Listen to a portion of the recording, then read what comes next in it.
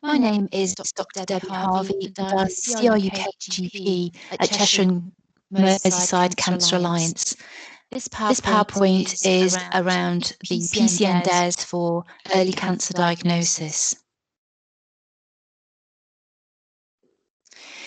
So the PCN specification was launched on the 1st of October, and there are two overall aims.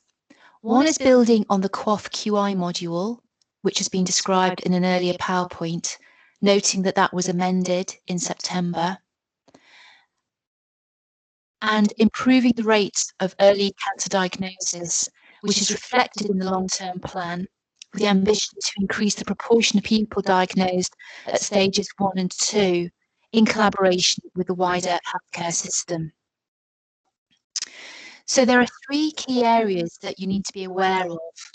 One is referral practice, and that's for suspected cancers, including recurrent cancers, and there's a massive overlap there with the QoF QI requirements. The second part is contributing to uptake of local screening, national screening programs, working with local providers, and again overlap with the QoF QI, particularly with cervical screening. And the third is establishing a community of practice, and that's between practice level clinical staff, but also the wider system, which we will describe later. This is not included in QoF QI at all. So looking at referral practice, there are three key elements. One is reviewing quality of referrals, 2, safety netting, and 3, signposting. So we'll go through each of these elements individually. So what does the DES say? It says review the quality of referrals for suspected cancer in line with NICE guidelines 12, NG12, which were published in 2015. It also encourages the use of clinical decision support tools, such as cancer maps. It also encourages the use of practice level data to look at local patterns of presentation and diagnosis of cancer. And where available, also encourages the use of rapid diagnostic services, or RDS, for those with serious but non-specific symptoms. So here we have our suggestions page, some ideas as to how you might work up to this part of the DES. So if you've participated in the NCDA, the National Cancer Diagnosis Audit, it may be helpful. We've developed a short targeted audit called the Brief Cancer Audit, which is also available for you to use. That's based on an Excel spreadsheet with lots of drop-downs and is fairly straightforward. Understanding data, really important. We've created a Cheshire Merseyside Cancer Alliance CRUK PCN dashboard. There is also a bespoke PCN pack available for each PCN, which is available via the Cancer Research UK facilitators. There's also the Macmillan toolkit, which has lots of resources. With regards to clinical decision tools, Cancer Maps is definitely worth looking at. RDSs are gradually coming online across Cheshire Merseyside. And there's also Gateway C, which has a lot of online learning with modules relevant to the DES, plus a whole lot of other useful stuff, and it's free. So this is just a screenshot of the Brief Cancer Audit, so you can see roughly what it consists of. This is part of a PCN pack, and you can see that looking colourful, there will be recommendations and ideas in your pack for you as well. This is Cancer Maps, which you can access via Gateway C, which is separate to clinical systems, and quite useful just to have a look at and see what you think. And Gateway C is free for all. It's linked in with Health Education England, and you just need to register to use it. They have lots of online learning and frequently have webinars as well. So the next part of the DARES is around safety netting, and this is what the DARES says. It says build on current practice to ensure a consistent approach to monitoring patients who have been referred urgently with suspected cancer or for further investigations to exclude the possibility of cancer in line with NG12. So here's our suggestions page. So a lot of practices believe that they already have adequate safety netting, but it's well worth looking at the checklist we've created just to make sure.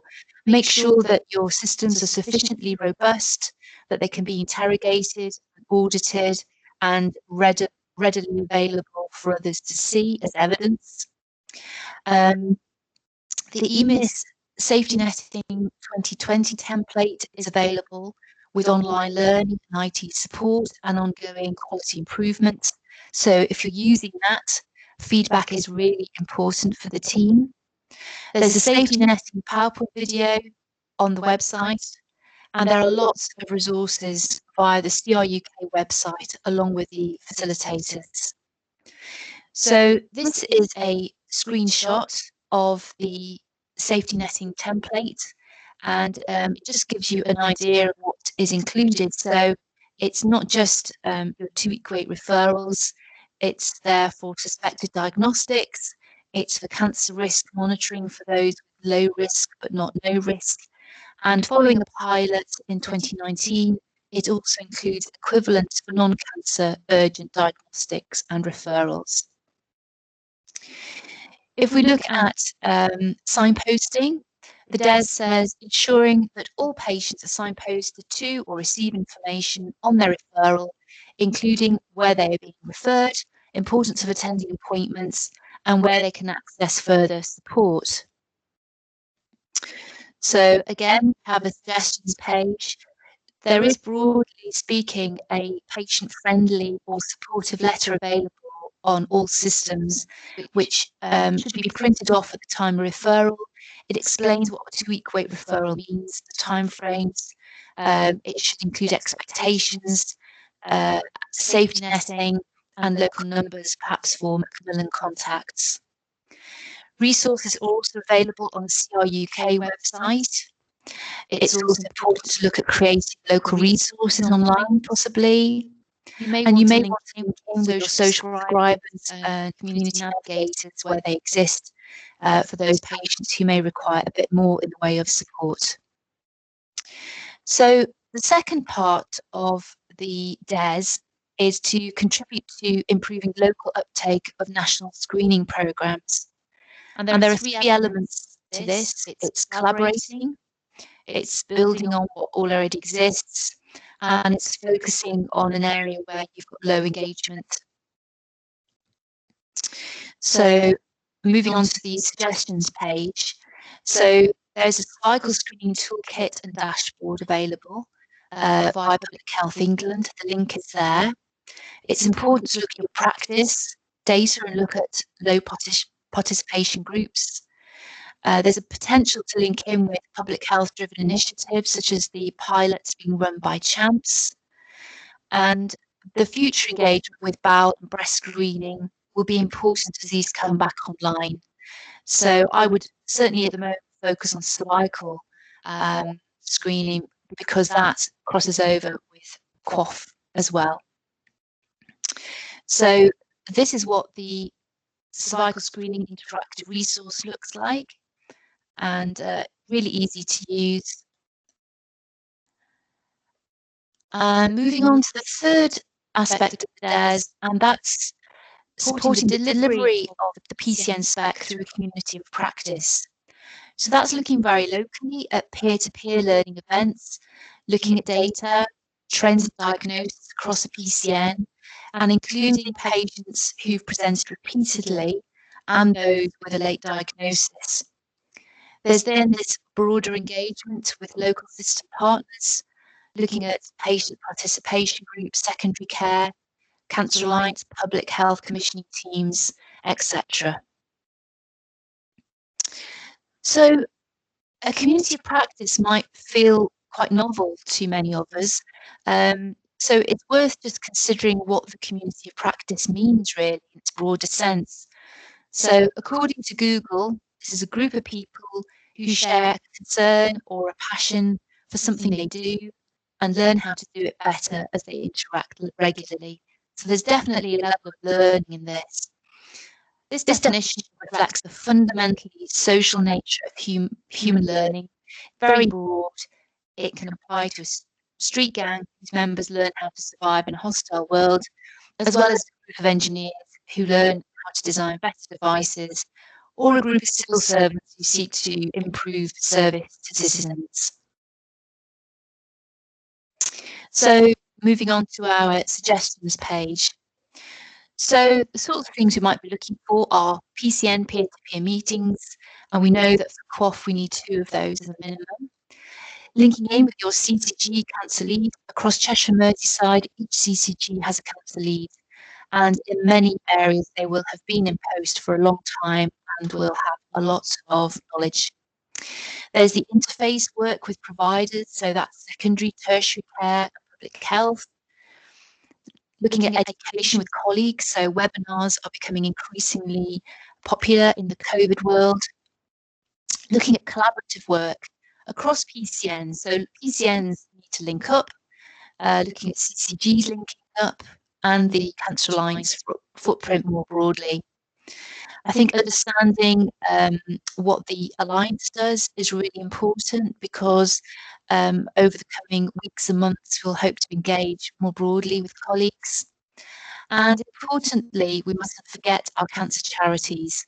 And certainly Cancer Research UK and Macmillan have done a huge amount over the years to help support primary care and have lots and lots of resources. So finally, just looking at a checklist. So it may feel a little bit overwhelming because you've got the QOF QI and the DES running in parallel. But if you manage to do these activities in this summary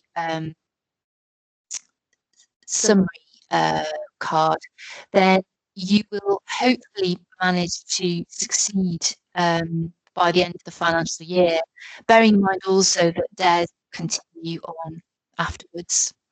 So the first thing is ensuring that you've done an audit. There's no minimum number required, but clearly it's essential that there's some learning and subsequent quality improvement. Early diagnosis is key in all of this. That's what we're trying to achieve ultimately. And so practices need to start to think about how they're going to develop systems to ensure that happens. Safety netting, you need to look at your own practice currently and make sure it's very robust. And there may be elements of cancer safety netting that you may not have thought about previously. DNAs, really important to proactively follow up DNAs. The next part is screening. Screening has been really badly affected by COVID, and so this will come back on track slowly and gradually over the coming weeks and months, but the focus currently will be on cervical. Confidence is the next aspect, which is covered in QOF QI rather than the DES, and this is about confidence, building confidence in primary care so the public feel they can access it if they're worried that it's safe to attend. Signposting, that's to ensure that patients feel that there is support around when they are referred for possible a suspected cancer diagnosis. And finally, and again, this is only DES rather than QOF QI, is developing this community of practice. This is going to take time and it needs to start in local communities and between practices. But at the Cancer Alliance, we are really keen to help support develop the community of practice for all of those involved in cancer care.